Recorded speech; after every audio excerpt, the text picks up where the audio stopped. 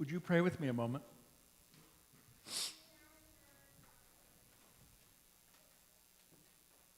O Lord, open my lips that my mouth might show forth your praise. May the words of my mouth and the meditations of our hearts be acceptable in thy sight, O Lord, our strength and our Redeemer. Amen.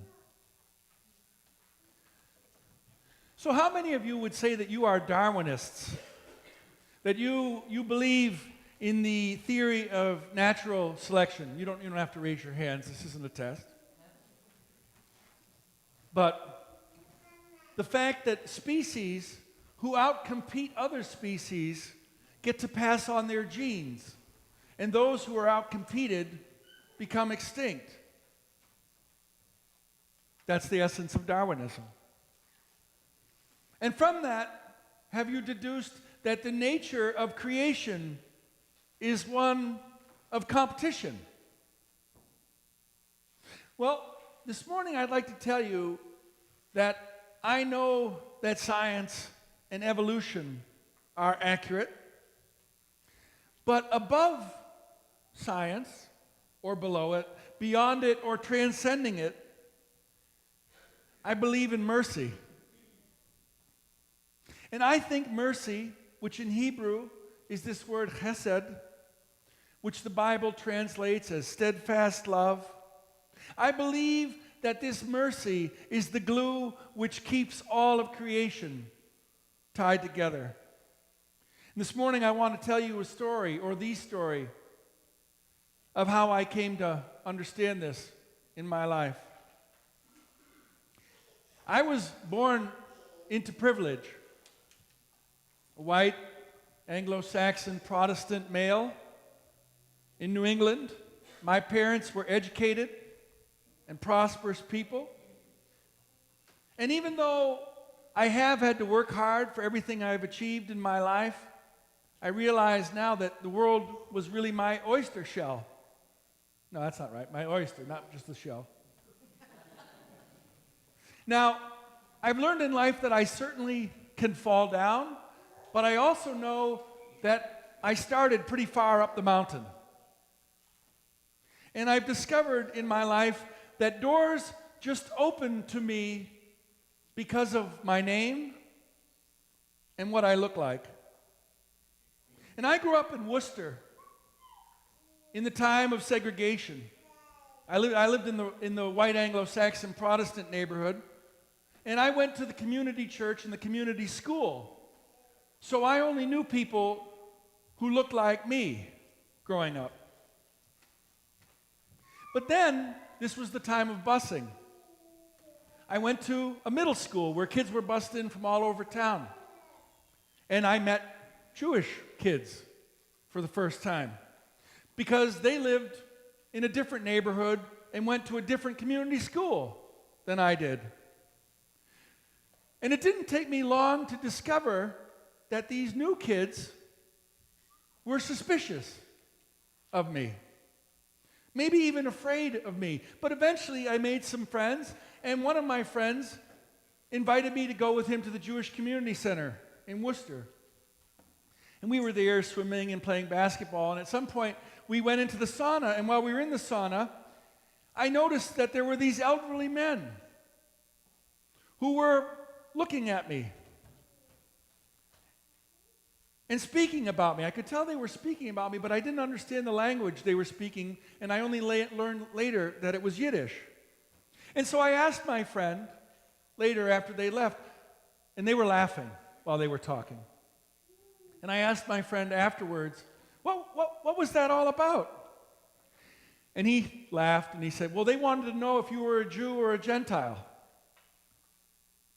And then they started joking about how you looked like one of those German kids who was throwing rocks at the trains when their parents were being taken off to the camps in Poland. And I was absolutely flummoxed. I said, that's not funny. That's not a funny joke. And it's not fair. How they don't even know me? Why do they think I'm an anti-Semite?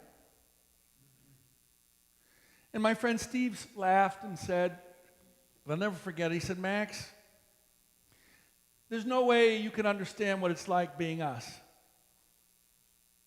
You may not be an anti-Semite, but for 2,000 people, Christians just like you, have been kicking us out of countries and stealing our stuff, and finally, in 1930s, you tried to kill us all.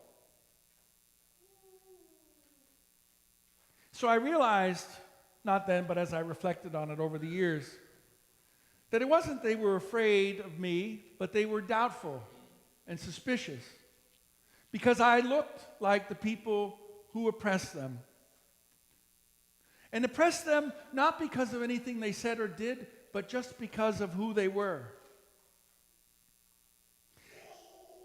And I learned with time that while I might want to be their friend, they're not sure I want to be their friend. That I might want to be their ally, they don't believe that I really want to be their ally.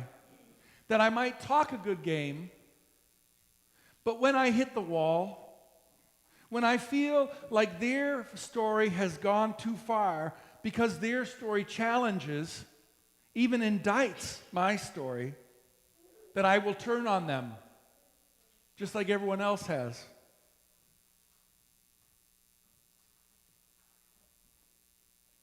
They suspect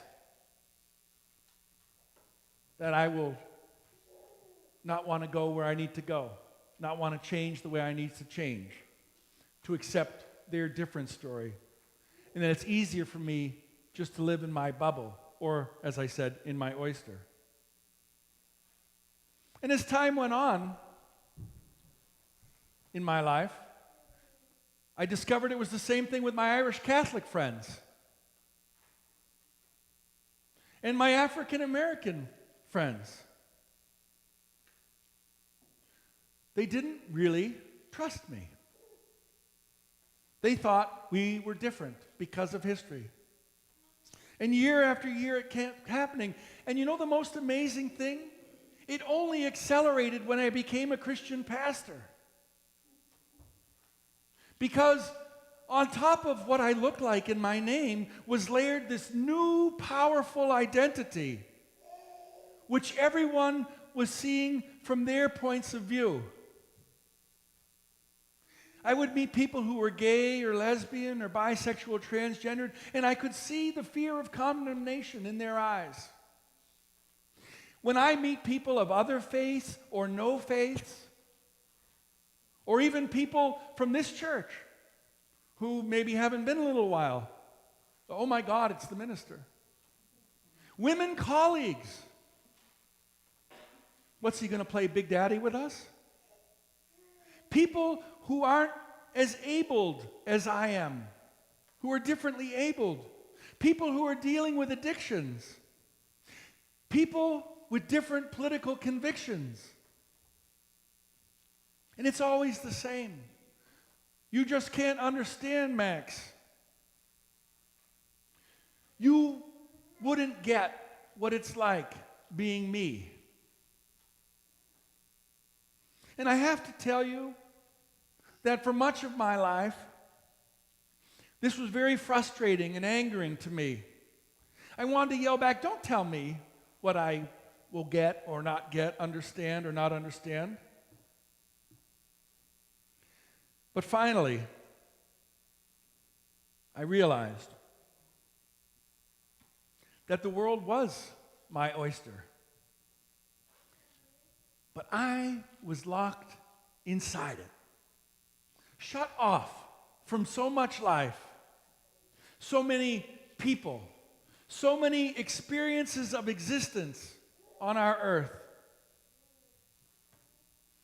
And that felt tragic to me. Who would want to be me? Alone in my oyster with people just like me. Because I grew up reading the Bible and hearing the sermons and going to church and like to teach the world to sing. You remember the 60s?